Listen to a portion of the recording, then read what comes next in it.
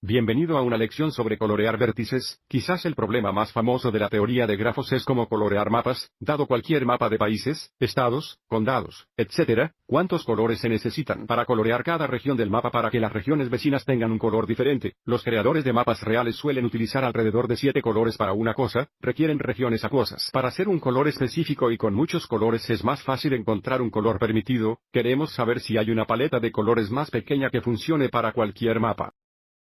¿Cómo se relaciona esto con la teoría de grafos? Bueno, si colocamos un vértice en el centro de cada región, digamos en la capital de cada estado, y luego conectamos dos vértices y sus estados comparten una frontera, obtenemos una gráfica para colorear regiones en el mapa corresponde a colorear los vértices en la gráfica, ya que las regiones vecinas no se pueden colorear de la misma manera que nuestra gráfica no puede tener vértices coloreados. Lo mismo cuando esos vértices son adyacentes mirando la gráfica de abajo si colocamos un vértice en cada estado o región.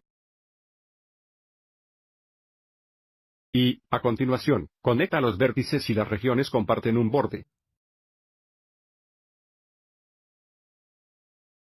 Tenemos el siguiente gráfico. Y volver a colorear las regiones en el mapa corresponde a colorear los vértices. En el gráfico, ya que las regiones vecinas no se pueden colorear de la misma manera, nuestro gráfico no puede tener vértices del mismo color cuando esos vértices son adyacentes. En general, dada cualquier gráfica que, una coloración de los vértices se denomina coloración de vértices.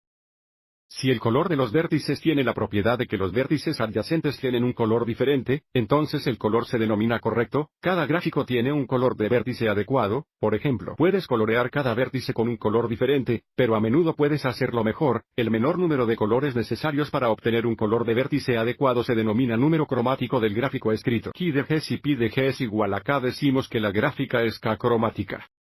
Mirando el gráfico de abajo a la izquierda, esto sería un color de vértice, aunque no es un color de vértice adecuado, porque los vértices adyacentes no tienen un color diferente. Este sería un color de vértice que también es un color de vértice adecuado porque los vértices adyacentes tienen un color diferente. Observe cómo usamos tres colores, aquí podemos. También obtenemos un color de vértice adecuado usando solo dos colores si cambiamos el vértice morado de la derecha a azul.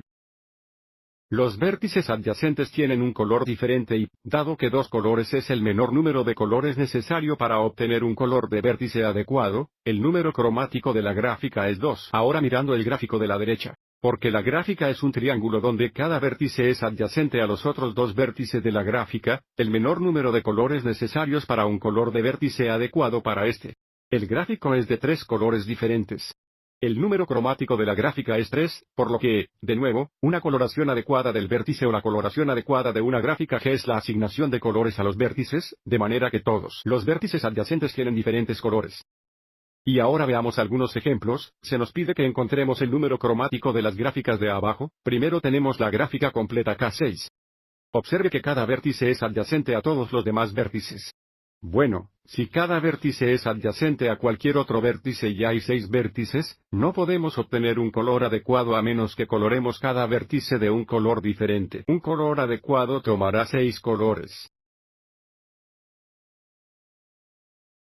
Aquí hay una coloración adecuada de la gráfica dada con el menor número posible de colores, por lo que, de nuevo, la única manera de colorear correctamente la gráfica es darle a cada vértice un color diferente, ya que cada vértice es adyacente a cualquier otro vértice, por lo que el número cromático es 6. Ahora queremos mencionar que a veces cuando hablamos de colorear vértices usamos números en lugar de colores, donde cada número representa un color diferente, así que veamos si podemos encontrar un colorear con el menor número de colores para el gráfico central.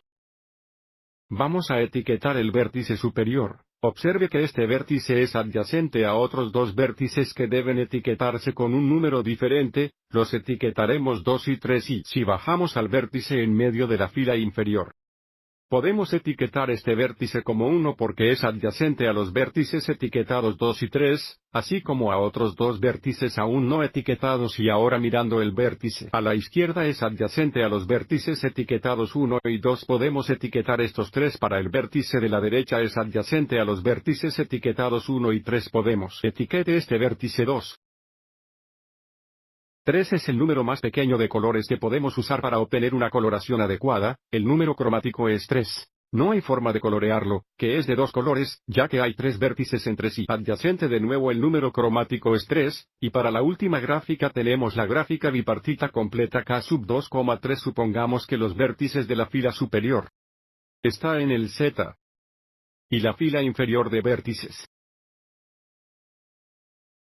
está en el conjunto B. El menor número de colores necesarios para obtener un color adecuado para cualquier gráfico bipartito es 2. Podemos colorear todos los vértices en un conjunto, un color, y todos los vértices del segundo tienen un color diferente.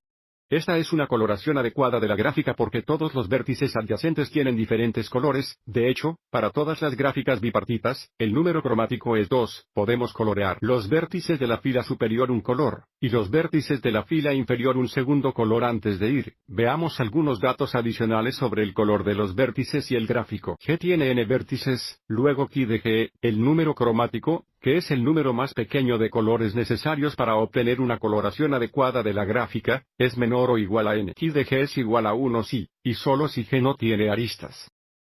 Ki de C sub 2n significa que el ciclo en un número par de vértices es igual a 2, y Ki de C sub 2n más 1 que es un ciclo en un número impar de vértices es igual a 3, y veamos por qué esto está a la derecha. Tenemos la gráfica de C4 porque tenemos un número par de vértices, el número cromático es 2, lo que indica que podemos tener una coloración adecuada de la gráfica usando solo dos colores, por lo que tenemos un número par de vértices. Podemos comenzar con un color, el siguiente vértice, un segundo color y luego simplemente alternar colores alrededor del ciclo. Y observen cómo tenemos una coloración adecuada de la gráfica usando dos colores. Porque los vértices adyacentes tienen un color diferente porque los vértices adyacentes tienen colores diferentes. Pero si probamos la misma técnica cuando tenemos un ciclo en un número impar de vértices, de nuevo empezaremos por alternar los colores cuando lleguemos al último vértice.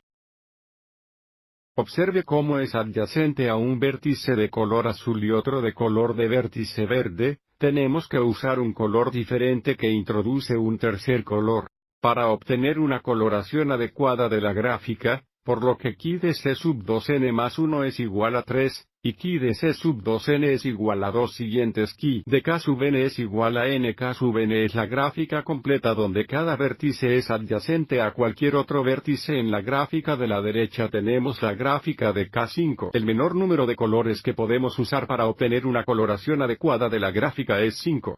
De nuevo, esto se debe a que cada vértice es adyacente a cualquier otro vértice.